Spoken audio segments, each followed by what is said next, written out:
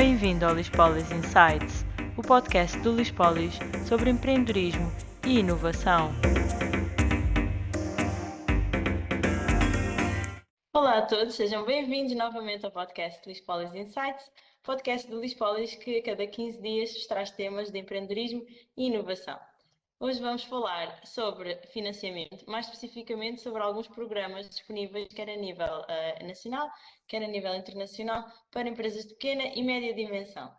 Para nos falar deste tema, temos connosco Nuno Cunha, CEO da Avance, que é uma empresa de consultoria de inovação e ID que promove e apoia candidaturas a programas de financiamento nacionais e internacionais. Olá Nuno, como estás?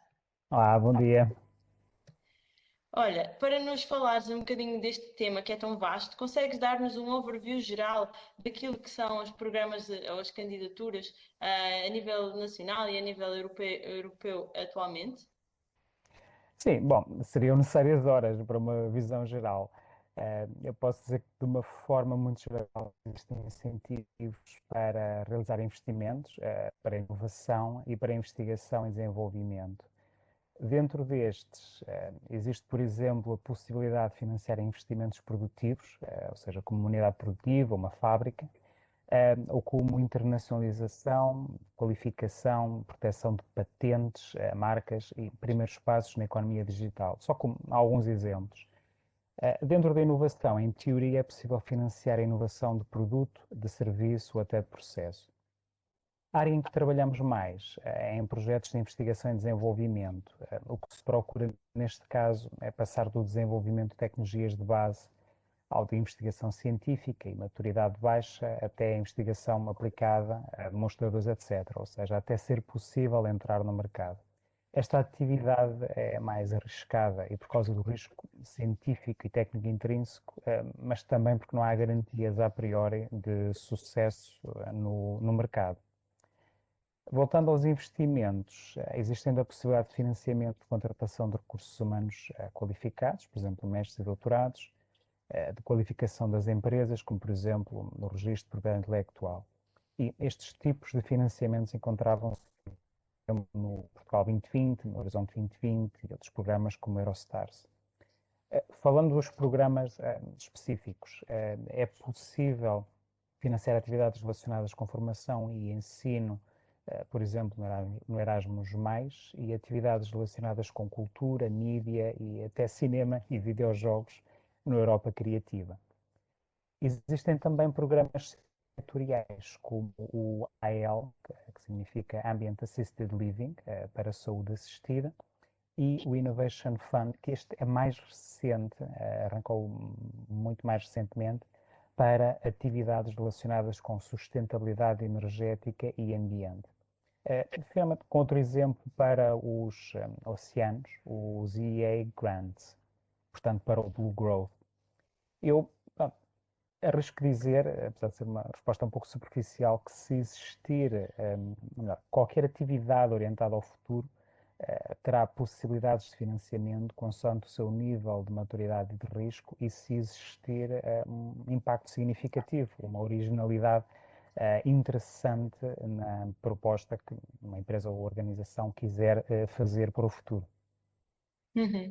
Portanto, existe um bocadinho um apoio para cada atividade inovadora e que venha a Uhum, desenvolver, portanto, as suas atividades e os mercados futuros.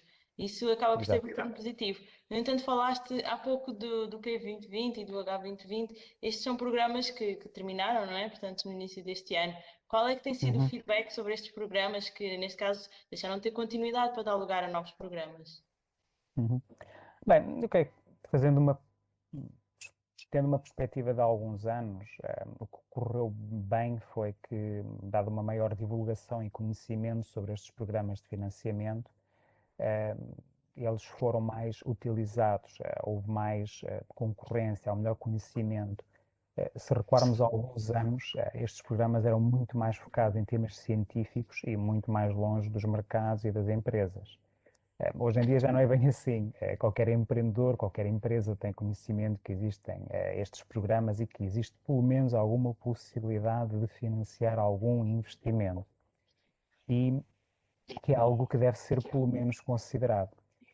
Este sucesso relativo e esta maior divulgação tem uma contrapartida negativa, que é a maior competição, o maior número de organizações a concorrer a estes programas, e de certa forma são um pouco vítimas do seu próprio sucesso e acabam por ter taxas de aprovação mais reduzidas. São mais conhecidos, estão mais atrativos, tem muita gente a concorrer, portanto, há percentualmente menos empresas que concorrem são apoiadas. Tem que Mesmo ser mais é, seletivos, não é? exatamente. Ou seja, é um efeito curioso, mesmo que os orçamentos aumentem, que o número de projetos aumente, mas já não me recordo qual é que é o número exato, mas houve muitos mais milhares de projetos apoiados no total do Horizonte 2020, de Portugal 2020, do que nos programas antecessores.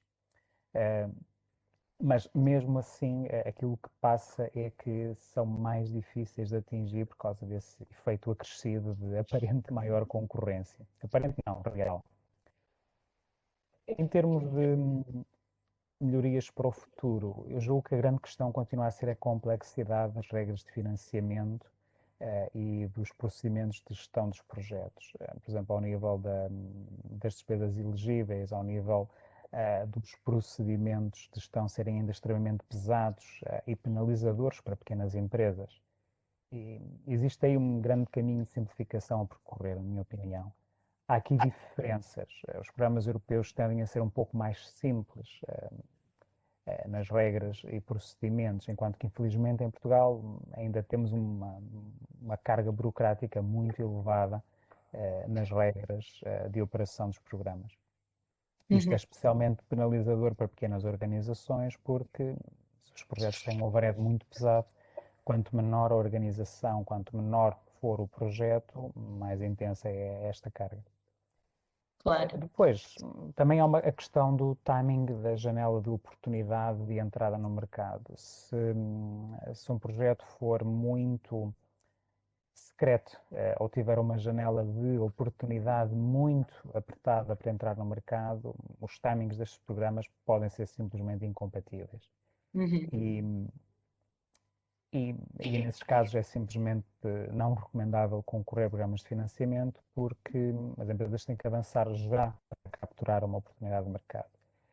Nesse nível ainda é uma dificuldade nestes programas porque não existe uma forma simples de cumprir os tais procedimentos e regras e timings de avaliação de forma a que empresas possam avançar com algo que tem que acontecer já, ou que tem que obedecer a uma necessidade urgente.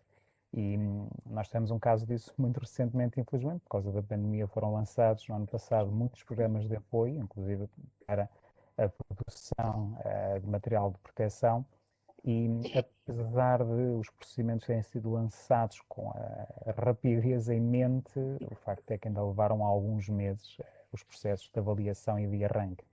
Uhum.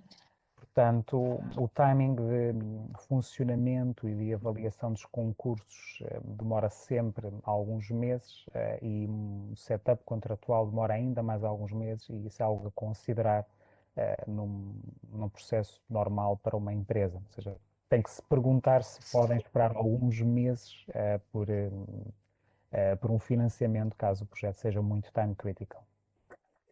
Uhum, exato, tem que fazer esta avaliação prévia, não é? Das Uhum. suas necessidades e realmente do seu timing, como estavas a falar. E também falando um bocadinho aqui para o futuro, não é? Do que podemos esperar, a verdade é que surgem outros programas que vêm substituir estes que estávamos a Uhum. falar agora que terminaram. Que programas é que já estão previstos e que tens conhecimento para o período 2021-2027? Bem, primeiro existe uma grande continuidade, ou seja, os programas para os próximos anos são muito similares aos que existiam até agora. Existem novidades em termos de alguns temas que se tornam prioritários. Por exemplo, o Green Deal europeu foi algo que até foi lançado no ano passado em termos de concursos de financiamento, de inovação, a nível ainda do Horizonte 2020, vai ter continuidade no Horizonte Europa. Outro bom exemplo é que há cada vez mais a inclusão de tecnologias como inteligência artificial, robótica, digital twins, realidade imersiva, a ser aplicado em áreas novas ou com uma intensificação da investigação nestas áreas. particularmente inteligência artificial ou machine learning, se preferirem, uma vez que está a ser um tema recorrente em termos internacionais, não só em termos de competitividade, mas também outros, e há a percepção que estamos a ficar relativamente para trás nesta tecnologia face a outros players.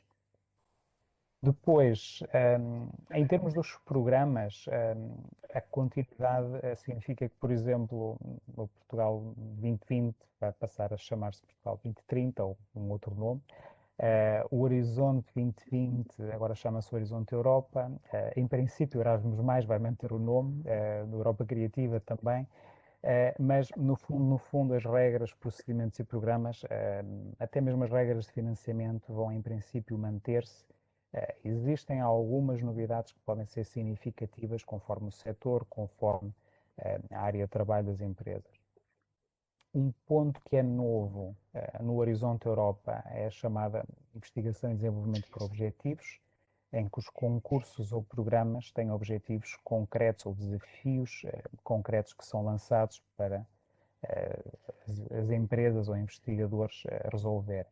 Podem ser, por exemplo, problemas técnicos específicos relacionados com oceanos, ou investigação sobre o cancro, mas vão adotar uma estrutura de missão que se pode dizer que é inspirada em grandes missões do século passado, como o Projeto Manhattan ou as missões Apollo, em que há um objetivo específico e se pretende trabalhar com base nesse objetivo em vez de a fazer investigação numa base alargada. Em termos de calendário, é significativo ter em conta que a maioria dos programas europeus vão arrancar em breve. Por exemplo, o Accelerator do Horizonte Europa vai abrir já este mês, em princípio. Vários programas europeus, incluindo o Horizonte Europa, vão abrir já em abril. Já em Portugal, pronto, ainda não sabemos as datas concretas. A expectativa é que será durante este ano, a abertura oficial, o lançamento do programa. Julgo que será mais para o verão, mas ainda não sabemos datas concretas. Em termos de taxas de financiamento, modus operandi, modos de contratação, estamos à espera que seja bastante similar àquilo que aconteceu nos últimos anos. Portanto, essa continuidade é importante. Vamos continuar a ter algumas questões relacionadas com a carga burocrática, mas pelo menos aqui teremos, em princípio, regras muito similares. Por exemplo, em termos do Horizonte Europa, as regras de financiamento são praticamente idênticas àquelas que existiam no Horizonte 2020. Uhum.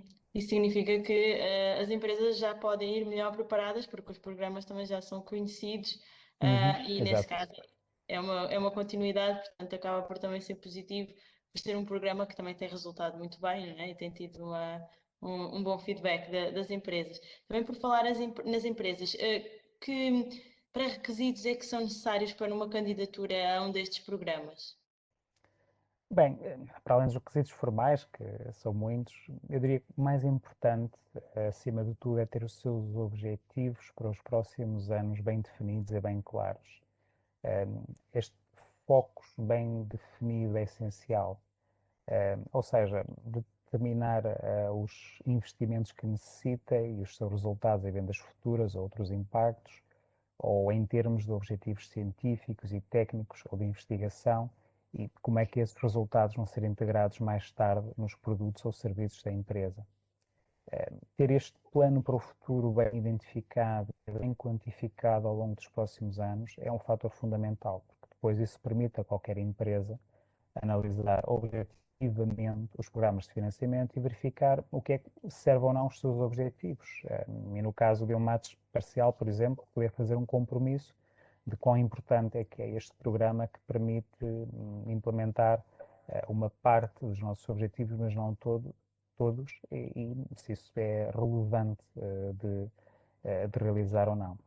Isto inclui ter uma definição detalhada do mercado-alvo, quer em termos geográficos e demográficos, também um pouco a noção do risco, quais é que são os riscos, para identificar o que pode falhar e como evitar ou mitigar algumas questões. E, finalmente, uma análise do valor acrescentado versus competidores ou soluções alternativas, ou seja, qual é que é a vantagem significativa que a empresa espera oferecer aos seus clientes ou utilizadores. Eu ainda não falei de um plano de negócio, poderia ser esperado que fosse a primeira coisa que eu dissesse, mas eu acho que acaba por ser uma consequência destes aspectos. Ou seja, um plano de negócios ou um plano de atividades do projeto também é importante, mas acaba por ser derivado do foco, dos objetivos da empresa. Não é necessariamente um pré-requisito. E por vezes temos empresas que têm definidos um plano de negócio, mas um objetivo ainda está um bocadinho fuzzy, então é preciso trabalhar um pouco nos aspectos essenciais antes de ir ao plano de investimentos, ao plano para os próximos anos. Uhum. Ok, e que condições de acesso e contrapartidas estão esperadas pelas entidades que geram que gerem estes programas? O que é que procuram quando lançam realmente estes programas? Bom, mais uma vez vai ser muito similar. Na maior parte dos casos, durante os projetos, as obrigações passam pelo reporte dos resultados atingidos, ou seja, recebe-se um financiamento e, em contrapartida, tem que se realizar um reporting, como se um cliente se tratasse, apresentar os resultados atingidos, as atividades realizadas, os investimentos, ou seja, há tanto uma obrigação de reportar técnica como operacionalmente aquilo que é feito e, claro, reportar os custos incorridos durante a realização do projeto. Isto pode também incluir reuniões e apresentações de resultados aos programas financiadores ou avaliações dos peritos externos. No, no caso de se concluir o projeto, ou seja, após a realização dos projetos, podem existir obrigações, por exemplo, de manutenção dos investimentos por um período de alguns anos, depois do seu término, por exemplo, manutenção dos postos de trabalho criados, reporting dos resultados, por exemplo, vendas atingidas passados alguns anos, e outros têm a ver com a divulgação, que também pode acontecer durante o próprio projeto, mas que pelo menos inclui uma divulgação dos resultados do projeto, bem como a publicitação que foram atingidos com financiamento público. Finalmente, como é uma pergunta muito frequente, normalmente estes financiamentos são non-dilutive, ou seja, são subsídios à exploração, para efeitos práticos, não incluem outras contrapartidas como o equity, para os mecanismos financiadores, portanto são non-dilutive. Com pelo menos uma exceção, o Accelerator do Horizonte Europa é ou pode ser dilutivo porque existe uma opção de concorrer a um fundo de equity, mas é uma exceção dentro deste mundo dos financiamentos públicos. Ou seja, resumindo, o financiamento público não é gratuito, existe um grande conjunto de obrigações, algumas formais, de realizar durante e após o projeto, e isso tem que também ser analisado quando se faz o arranque de um potencial projeto. Uhum. E aqui, qual é o papel da Avance, na preparação destes materiais para a candidatura, e quais são os programas que vocês trabalham com maior, mais vezes, portanto, com maior frequência? Uhum. Bem, eu diria que o nosso papel fundamental é, em primeiro lugar, fazer a triagem, ou seja, perceber o que é que são os objetivos das organizações e comparar isso com os programas de financiamento, porque nem todos os projetos se adequam para financiamentos desta natureza, e é importante que as empresas tenham uma noção clara disso à partida. Também em termos de adaptação do business plan, nem todos os investimentos estão elegíveis e isso também é um ponto importante na tal análise inicial. E, acima de tudo, acho que é ter a experiência de décadas de projetos, ou seja, evitar que as empresas caiam naqueles erros que podem ser chamados de principiante, mas que por vezes são muito óbvios depois de ler as regras ou de participar em projetos, mas numa primeira leitura não são nada óbvios. E acho que esse é o principal benefício que podemos dar. Insistindo neste ponto, eu diria que a identificação de objetivos ou dos conhecimentos que a empresa quer desenvolver, é dos pontos mais importantes na preparação das candidaturas e todos os aspectos relacionados com a preparação detalhada do dossiê de candidatura. Ou seja, existe um processo intenso de documentação, desde a parte financeira até a parte operacional, análise de impacto, análise de estado da arte e dos avanços. Tudo isto são grandes conjuntos de diferentes camadas que exigem vários pormenores e é necessário muito foco e alguma experiência para seguir todos os pontos do template e do dossiê e preparar todo o detalhe conforme aquilo que é necessário.